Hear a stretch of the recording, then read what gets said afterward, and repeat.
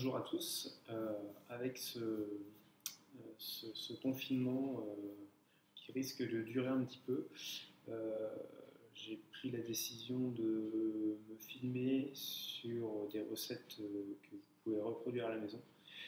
Donc aujourd'hui, je vais vous proposer de faire un macaron, mais pas un macaron comme on avait à l'école, un macaron, donc à l'école on l'avait en sucre cuit, là on va le faire en meringue française. Donc c'est une recette que je faisais en apprentissage et que je ne fais plus parce que on sent un petit peu moins l'amande et puis le macaron est un petit peu moins lisse. Mais c'est une recette qui va très bien à faire à la maison et qui est très rapide. Donc je vais vous la proposer aujourd'hui. Grosse production, juste de quoi produire pour garder la main en attendant le retour à l'école. Donc j'ai pris 80 g de blanc d'œuf,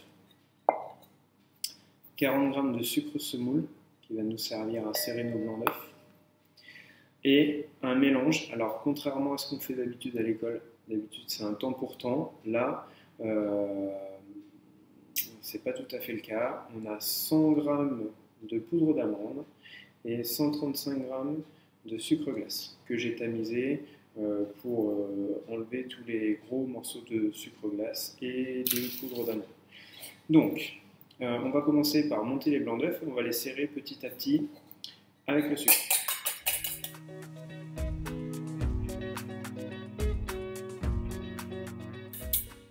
Mon appareil commence à devenir mousseux, je vais venir mettre un petit peu de sucre, commencer à serrer gentiment.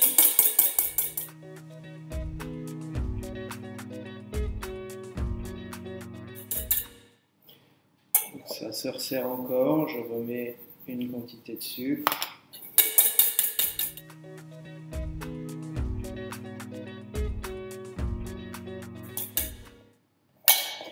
Et donc une fois que les blancs sont montés, un bec d'oiseau, je vais serrer avec le reste de mon sucre.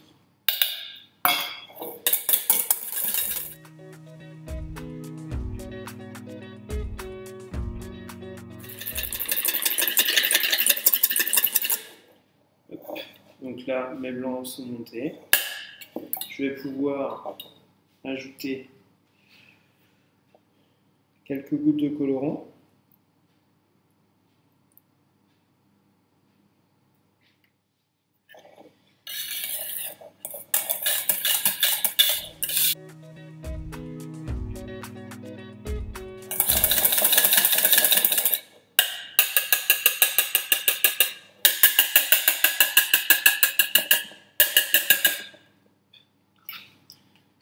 Même à la maison, on prend l'habitude de travailler proprement, donc on essaye de ne pas en mettre partout. Et là, on va venir incorporer nos poudres.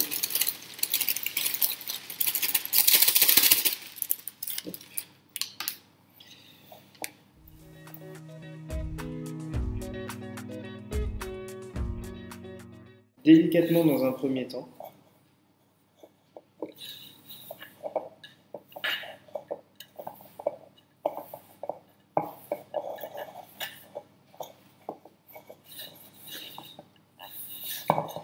Et après, on va pouvoir travailler l'appareil de manière un peu plus énergiquement, pour justement macaronner, ce qu'on appelle, exactement comme on a fait à l'école avec la recette au sucre cuit, histoire de faire retomber un petit peu l'appareil pour le rendre plus lisse. Voilà, je gratte un peu ma nourrice parce que j'ai de la poudre d'amande qui est restée collée dessus.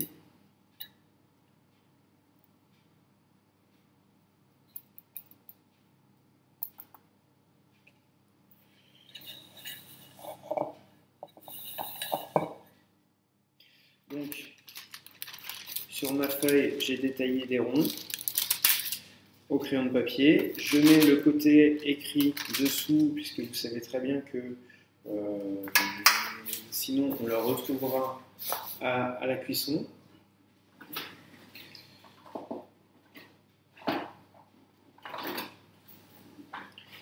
Et je vais venir garnir ma poche. Alors je rappelle, pour éviter que ça coule tout de suite, on bloque la poche. Alors c'est un appareil qui est un peu plus fragile, on va dire, que si c'était au sucre cuit. Parce qu'on a moins d'amandes. La meringue est beaucoup plus souple aussi, puisqu'on n'a pas le double.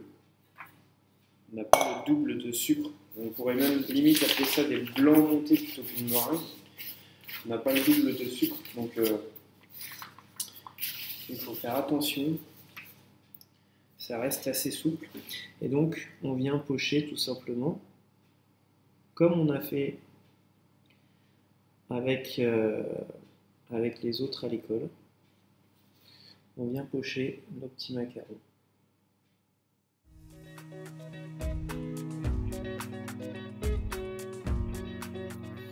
Donc mes macarons ont croûté une petite demi-heure. Alors pour aller plus vite, je les ai mis derrière une vitre au soleil, donc ça a séché plus vite. L'importance de faire croûter notre macaron, c'est vraiment qu'à la cuisson, il ne craque pas. Si on veut avoir un macaron lisse, il faut vraiment, pour pouvoir les enfourner, attendre que les coques soient croûtées. Si ce n'est pas le cas,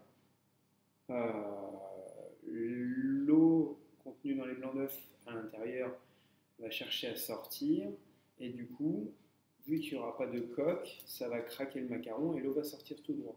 Si on a une coque, comme ici, l'eau va chercher à sortir, il va y avoir une résistance, donc ça va sortir sur les bords, ici, ce qui va normalement nous faire une collerette. Voilà. Donc maintenant c'est parti pour la cuisson. Cuisson douce, 150 degrés. Si on peut les mettre plus fort, hein, sauf que le macaron va prendre de la couleur brune, et donc on va perdre la couleur rose qu'on s'est embêté à mettre avec le colorant. On va donc continuer avec la crème légère au citron. On a donc 38 g de jus de citron. Donc ça représente à peu près un gros citron bien pressé. Si vous avez du pulco, on peut remplacer très bien par du pulco. On se retrouve avec 6 g de jaune d'œuf, un mélange de 20 g de sucre semoule et 3 g de maïzena, et 24 g de beurre que l'on mettra en fin de cuisson. À cet appareil-là, à cette crème, on ajoutera après par la suite, pour faire une crème légère, on ajoutera 150 g de crème montée. Alors, je mets mon jus de citron à chauffer. Je vais, comme une crème pâtissière, ajouter mon jaune d'œuf à mon mélange maïzena sucre. Donc la maïzena est là pour remplacer la poudre à crème, c'est exactement la même chose.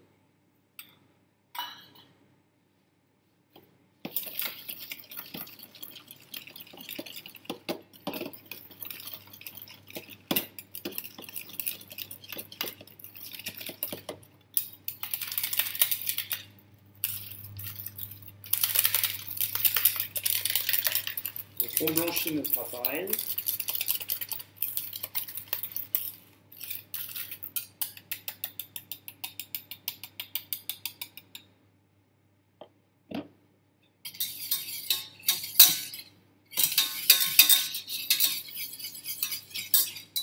On va venir verser notre jus de citron chaud sur notre appareil. Alors on fait attention, c'est des toutes petites quantités, donc il vaut mieux couper la plaque, parce que sinon quand on va reverser notre appareil avec le jaune d'œuf, ça va coaguler tout de suite et on risque d'avoir des grains.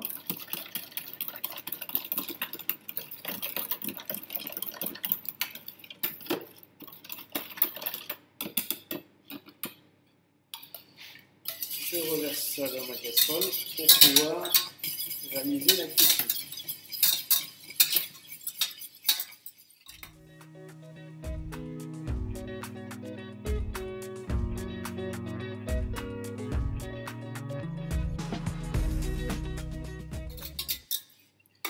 fois que notre appareil a épaissi,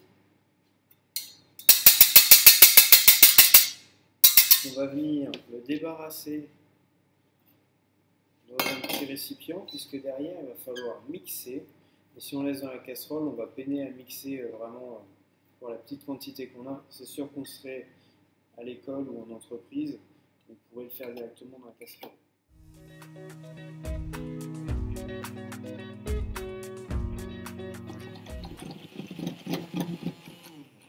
Une fois que c'est bien mixé, on va débarrasser notre crème au frigo pour la faire refroidir le plus vite possible. Donc mes coques de macarons sont cuites. Donc on se rend compte que, comme je vous ai expliqué tout à l'heure, ils sont un petit peu moins lisses, un petit peu moins brillants. Par contre, ils ont le mérite d'être rapides à faire et d'être un petit peu moins sucrés, puisque je rappelle que dans les blancs qui sont foisonnés, on a moins de sucre que quand on fait une meringue italienne. Donc j'ai monté ma crème liquide. Il faut prendre idéalement une crème à minimum 30% de matière grasse, idéalement une crème fleurette. Et je vais venir incorporer à cette crème montée, je vais incorporer ma crème citron de tout à l'heure.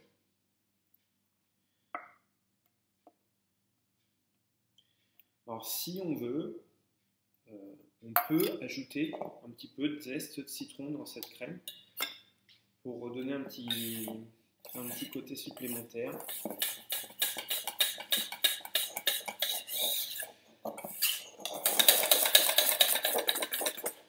Donc, cette crème citron, en fait, elle a l'avantage, le jus de citron va dégrader la protéine de notre crème, donc la protéine du lait, pour faire resserrer tout ça, et donc ça va nous faire épaissir notre crème.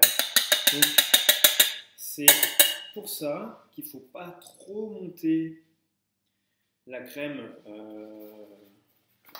à la base, puisque sinon après derrière on a quelque chose de beaucoup plus ferme. Et donc, on a une sensation de gras en bouche qui n'est pas forcément très agréable et qu'on peut éviter.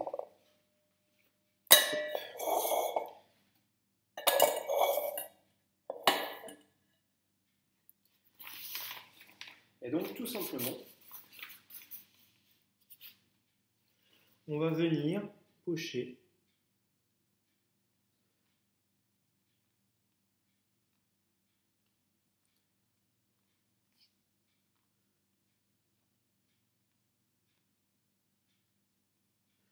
notre crème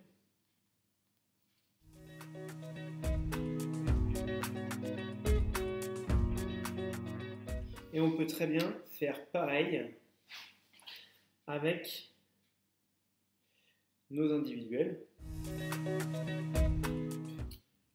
Je prends des framboises et on va pouvoir venir en mettre 3 à l'intérieur.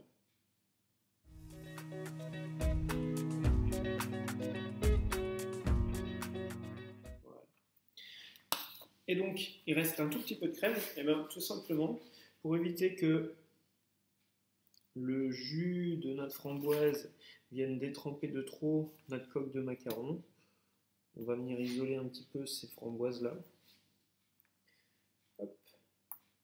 Voilà. Et tout simplement, on vient refermer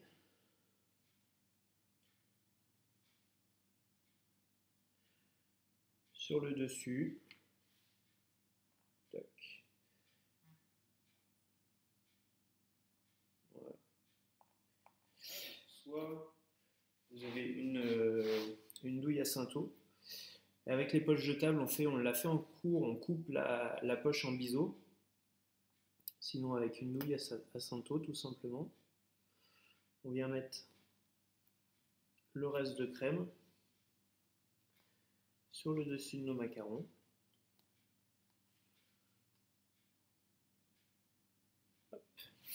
Voilà. Et puis, si vous avez un petit peu de citron, pourquoi pas venir zester un petit peu de zeste sur le dessus, histoire de rendre les choses un petit peu plus jolies. Et de rappeler le goût de la crème, puisqu'on a le rose pour la framboise. Et donc on aura les zestes de citron pour rappeler le goût de la crème. Voilà. Après, sur de la framboise congelée, je le fais pas trop, mais on pourrait, si on a de la framboise fraîche, on peut très bien venir poser des petits morceaux de framboise sur notre crème, terminer de décorer. D'accord? Donc on peut remplacer par une crème diplomate, on peut remplacer par une ganache, on peut remplacer par tout ce qu'on veut. On a la base du macaron, on prend une crème qu'on a déjà fait en cours et on peut moduler un petit peu comme ça avec des fruits frais, avec des fruits au sirop, avec des fruits surgelés, etc. Un peu comme vous avez envie, pistache, framboise, chocolat. Voilà pour cette première vidéo. N'hésitez pas à me dire si ça va trop vite, si ça vous convient. J'espère que ça va vous donner envie de produire un petit peu à la maison. N'oubliez pas que l'examen est là cette année et qu'il faut continuer à produire, même à la maison, avec les moyens du bord. Il y a toujours possibilité de faire quelque chose. Même si on n'aura pas le rendu d'être en laboratoire, puisqu'on n'a pas le même matériel, on n'a pas les mêmes produits, etc., etc.